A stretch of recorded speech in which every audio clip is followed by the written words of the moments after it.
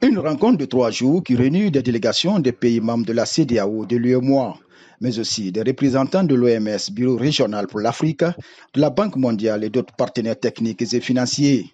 L'objectif, harmoniser les politiques fiscales sur le tabac dans l'espace communautaire. Le représentant de la CEDEAO a planté le décor en rappelant l'enjeu de cette rencontre de Conakry.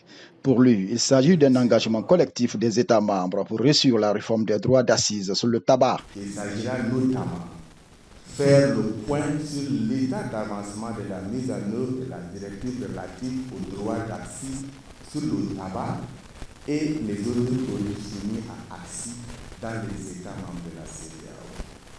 Évaluer les structures, les taux et les résultats en matière de recettes des droits d'accise au niveau national.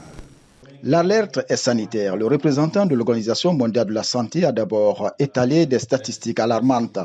Le tabagisme est responsable de plusieurs maladies, diabète, maladies cardiovasculaires. En Guinée seulement, le tabac cause 4400 décès par an et génère une perte économique estimée à 58 millions de dollars, en incluant les dépenses de santé et la baisse de productivité. Un véritable signal d'alarme lancé aux États membres de la CEDEAO. En Guinée, la prévalence du tabagisme chez les adultes est estimée à 7%. Chez les adolescents de 13 à 15 ans, cette prévalence atteint 12%. Il convient désormais d'en accélérer l'application et de renforcer l'harmonisation régionale afin de limiter le commerce illicite transfrontalier. Le ministre de l'économie et du budget, présente à cette rencontre, a qualifié ce rendez-vous de stratégique. Il repose, selon elle, sur 3 axes majeurs: la santé publique des peuples de la CEDEAO, l'intégration de nos peuples et la fiscalité.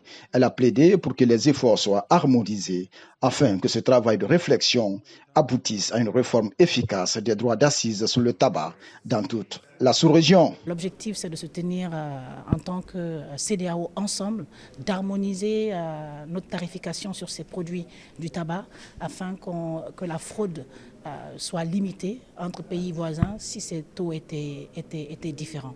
Donc c'est encore une fois une rencontre critique qui nous permettra à la sortie d'aligner la stratégie, l'action, d'avoir un instrument qui sera cette directive révisée, qui nous permettra de lutter contre le tabagisme dans nos pays. Au terme de ces 3 jours de travaux, les recommandations issues de Conakry devront permettre aux pays de la CEDEAO de parler d'une seule voix face à l'industrie du tabac. Un pari entre santé publique et ressources budgétaires pour les États.